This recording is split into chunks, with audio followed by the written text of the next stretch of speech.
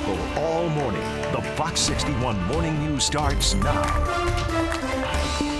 And right now at 6, how lawmakers are using cannabis education to help keep kids safe. Very traumatizing. The fact that it happened in our driveway, it's kind of scary.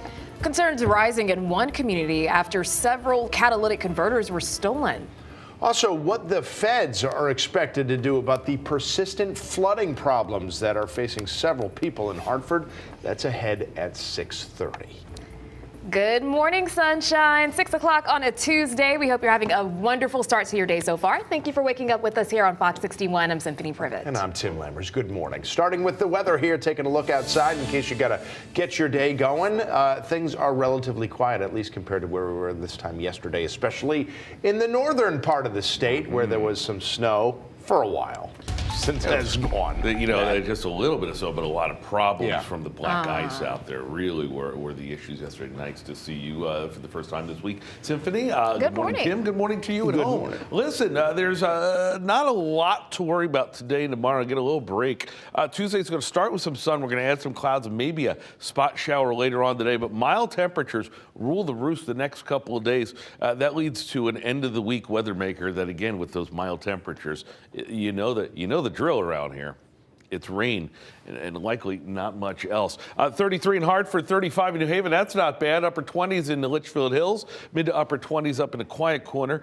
Cloud and radar composite has mostly clear skies and northwesterly wind. There's it certainly looks ominous, but we're not looking for much with that. As a matter of fact, I think a lot of that's going to dry out over the course of the next couple of hours. By the time it gets here, it's in a couple of showers, and that's it. Clear skies now, cloudy skies later. Look at that, 45 running almost a dozen degrees above normal. I mean, this January is cray. Not a meteorological term, by the way.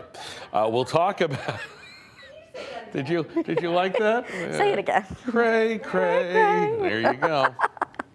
All right. Trying to stay relevant and hip. It's a tough job that somebody has to do. Oh, yes. You are. When we think of hip, Matt Scott is there, folks.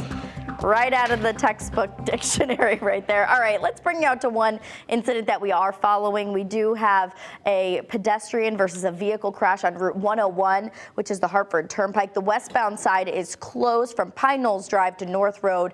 We don't have any more information from Connecticut State Police at this point, but we do know that it did involve a pedestrian. Taking a live look out in Windsor, we did have a crash over on the right-hand side of your screen, over on the southbound side of I-91. That has since cleared, and things are now moving freely into and out of the capital city. As we take a live look, lots of green means go. That is a good sign in and around Hartford this morning.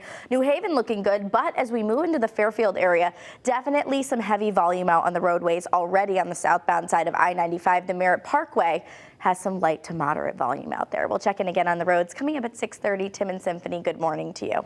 Good morning. Thank you, Lauren. At 6:03 now, happening today, some Connecticut lawmakers are warning caretakers about the dangers of kids accidentally ingesting marijuana now that recreational adult use is legal. Fox 61's Brooke Griffin is live at UConn Health in Farmington with more on why those leaders say they're worried kids could easily get a hold of the cannabis. Brooke, good morning. Well, good morning to you both. Medical experts say the amount of kids accidentally eating cannabis-infused candy is unfortunately growing every year. But today, Senator Richard Blumenthal and Attorney General William Tong are partnering here at the Poison Control Center with UConn Health to talk about the dangers and the warnings that they have for those parents. Now, Pediatrics Journal released a study showing the number of kids accidentally ingesting those cannabis-infused products has grown significantly between 2017 and 2021. They say in 2017, there were just over 200 cases of accidental consumption, but in 2021, that number spiked to 3,054. That's an increase of more than 1,300% in just 4 years. The study went on to say most of the children found those products right in their own home. This is why Blumenthal and Tong say they want to stand with the Poison Control Center to warn about the dangers of keeping cannabis-infused products where kids can easily find them. Officials say measures are being introduced to make the products less accessible and appealing to kids. There are some provisions to keep things safe, as in restrictions on gummies, making sure things are individually wrapped and all that. But we need to go further.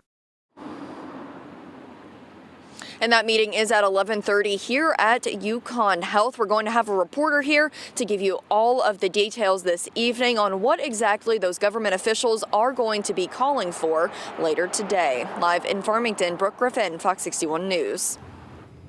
Alrighty, thank you, Brooke. We'll check back in with you later. Now, to get the latest headlines and updates when it comes to legalized cannabis here in Connecticut, you can head over to fox61.com or download our news app. You can also get the latest anytime on Fox 61 Plus. How can families save a little bit of money on home heating oil? Well, Representative Rosa DeLauro will be talking about that topic this morning. She'll be outlining some efforts on the federal level to lower costs. And she's expected to talk alongside some other lawmakers about what other resources are currently available. That's all happening at 10 a.m. today on Elizabeth Street in Derby. But even before then, ahead at 7, our Lindsay Kane is going to dive more deeply into this ongoing issue facing a lot of you out there.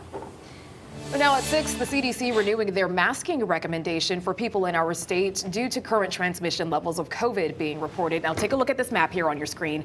Every county except for New London is classified under high community transmission. Well, some health experts think COVID cases may have peaked for the season. Well, that's because we are past the holiday season where we typically have seen a rise in cases, but still, health professionals say you should err on the side of caution and pack a mask just in case. I'll just have one reserve is like with this new sub-variant, the XBB 1.5, which is highly contagious.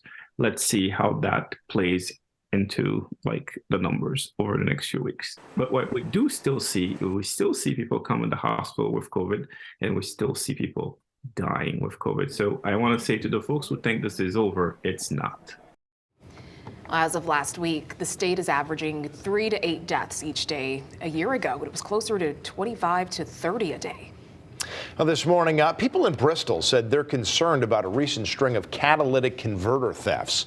The most recent one happened over the weekend. I shouldn't say one, there was more than one. Several people on Buckley Avenue, Carroll Drive, and Emmett Street said they had their converters stolen. All of the witnesses described seeing about 3 to 4 people in a gray or silver sedan, and some of the victims actually came face to face with the thieves, who police said had a gun. My husband screams and they screamed back profanity, pointed the gun at him and just sped off. Didn't care, had a ski mask on, but very loud and obnoxious, and they had no care in the world. Thankfully, nobody was hurt. But of course, people in those neighborhoods said it was very scary nonetheless to see such a brazen robbery. Police are asking any homeowners in that area who have cameras to check their footage from late Saturday night into Sunday, and to please call police if they see something on that video that could help. 6:08 this Tuesday morning. Animal control officers in Vernon put down a dog yesterday after it bit 2 people and killed another dog. This happened yesterday morning on Beverly Road. Now, the attacking dog was named Benny. Benny's owner said he got out of his yard through a small gap in a fence. She also expressed her sympathies for what she called a tragic accident. Police said both people who were bitten chose not to be taken to a hospital. All right, listen to this. There are more than 100,000 job openings in Connecticut right now. And if you're scrolling through those listings, one thing you might not see is how much they pay. Well, some state lawmakers are trying to change that. A bill just introduced last week would require salary ranges to be included in all job postings. Now, the current law only requires employers to give salary information when officially offering a job or if they're asked. Many are afraid to do that because they don't want a potential employer to think that that's the only reason they're interested in a job is for the salary. Well, New York enacted a similar salary transparency law about 2 months ago. The bill here in Connecticut is going to the General Assembly's Labor Committee, and it could get a public hearing in the next few weeks. Some opponents of the action say it could deter people from applying for jobs or hurt potential negotiations for higher salaries. This undermines conversations between the employer and the applicant about the skills that may warrant a far higher salary than any initial range that was posted under the position. Now, he also says this could pose more challenges for businesses already dealing with staffing issues.